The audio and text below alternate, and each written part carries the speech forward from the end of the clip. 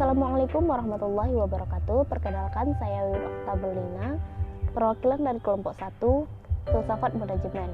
Pada video kali ini saya akan menjelaskan tentang hakikat ilmu dan filsafat. Sebelum saya menjelaskan tentang hakikat ilmu dan filsafat, terlebih dahulu saya akan memperkenalkan anggota kelompok 1, yaitu saya sendiri, Wiwit Oktaberlina. Yang kedua ada Sarah Octavia. Yang ketiga yaitu Rozika Arzi Safitri, yang diampu oleh dosen kita yaitu Ibu Febrineng MPDI. Baiklah, selanjutnya saya akan menjelaskan tentang hakikat ilmu. Asal kata ilmu adalah dari bahasa Arab, yaitu alima, yang alamu, ilman dengan wazan fa'ala, yaf'alu yang berarti mengerti, memahami benar-benar. Dalam bahasa Inggris, science, kata science itu sendiri berasal dari bahasa Yunani yaitu scio, ser yang artinya mengetahui. Science dari bahasa Latin yaitu scientia yang berarti pengetahuan. Adalah aktivitas yang sistematis yang membangun dan mengatur pengetahuan gejala tertentu di bidang pengetahuan. Ada beberapa pendapat menurut para ahli. Yang pertama itu ada menurut Muhammad Hatta.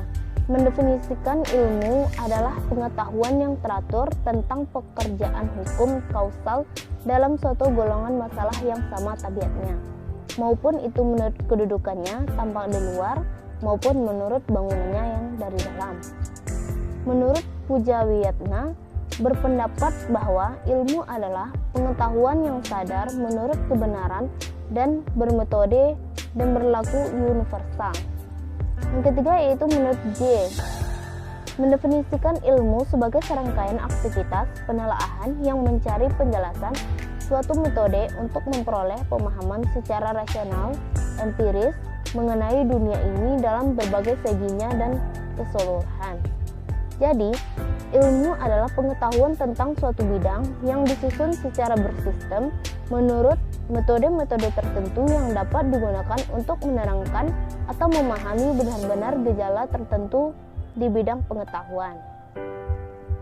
Selanjutnya yaitu ada proses lahirnya ilmu.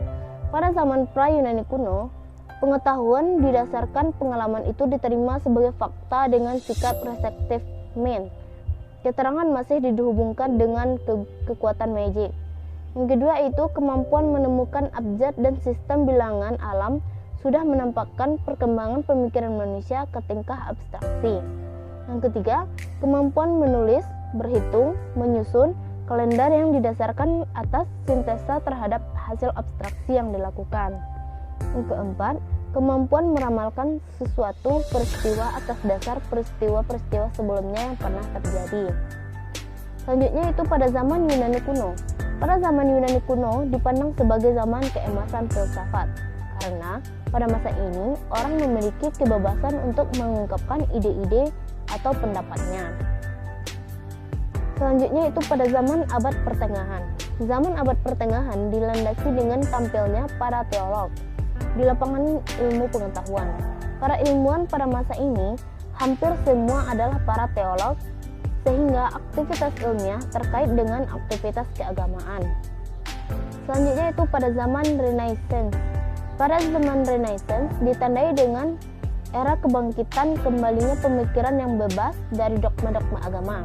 Renaissance ialah zaman peralihan ketika kebudayaan abad pertengahan mulai berubah menjadi suatu kebudayaan modern. Selanjutnya itu pada zaman modern. Pada zaman modern ditandai dengan berbagai penemuan dalam bidang ilmiah. Perkembangan ilmu pengetahuan pada zaman modern sesungguhnya sudah dirintis sejak zaman Renaissance, seperti René Descartes, yaitu tokoh terkenal sebagai bapak filsafat modern. Pada zaman kontemporer ini ditandai dengan penemuan berbagai teknologi canggih. Teknologi komunikasi dan informasi termasuk salah satu yang mengalami kemajuan sangat pesat seperti saat sekarang ini. Selanjutnya itu ada hakikat filsafat. Yang pertama istilah filsafat. Filsafat berasal dari bahasa Arab yaitu falsafah yang diarabisasi dari kata Yunani filosofia. Kata ini terdiri atas dua kata. Yang pertama itu ada philo, itu cinta atau philia, persahabatan, tertarik kepada.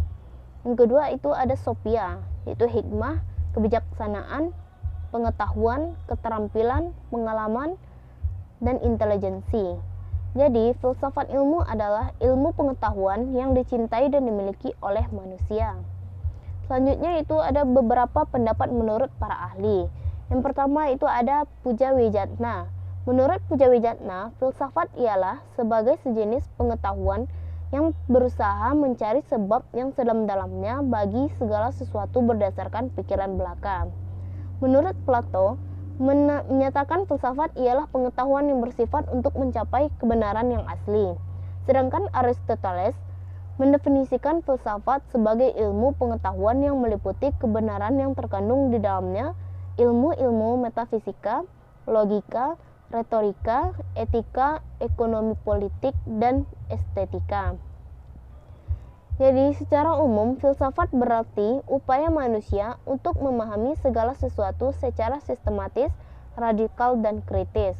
Maka, filsafat merupakan sebuah proses berpikir kritis, aktif, sistematis, dan mengikuti prinsip-prinsip logika untuk mengerti dan mengevaluasi suatu informasi dengan tujuan menentukan apakah informasi itu dapat diterima atau ditolak. Itulah penyampaian penjelasan materi dari saya sendiri.